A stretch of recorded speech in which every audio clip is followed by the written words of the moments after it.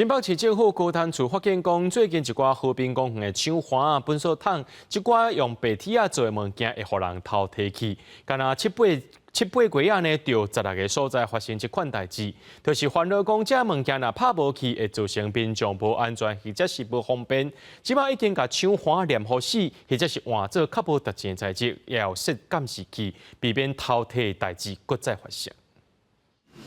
白铁抢花的螺丝已经互人用砍挂砍起来，而且黏好死。因为新北市高潭处为7月开始发现河滨公园内的抢花、糞扫桶、互拿这寡白铁做的物件，有人会偷摕去。唔对啊！你讲去用偷摕去？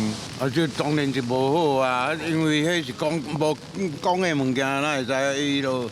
黑白铁啊？新北市政府高潭地工程管理处统计，为年初到8月中，伫新店溪、大汉溪、宜中苏芳道周边的河滨公园，有23个所在的白铁物品互人偷摕去，上侪一个所在损失8万块。案件目前警方拢还在调查，其中16个案件时间集中伫7月到8月，发现最近较常发生。铁质垃圾桶还有自行车道、一体道的栏杆就发生被破坏遗失的状况了。那目前为止的话，损失大概几千到几万元不等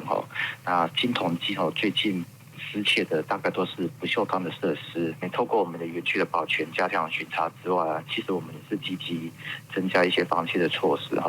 例如说将厕所的不锈钢扶手，我们将螺丝把它焊牢，然后将我们的铁质垃圾桶更换为塑胶制垃圾桶啊。除了将物件固定黏好死，高潭处也把一寡设施为白铁换做塑胶，也是其他的材质，降低这寡物件本身的价值，希望避免发生互人偷摕的状况。也已经伫公园主要出入路线设监视器，个别所在设置电线长路通报系统，若有电线互人偷摕，就会随收到通知。记者郭林玉凯新北报道。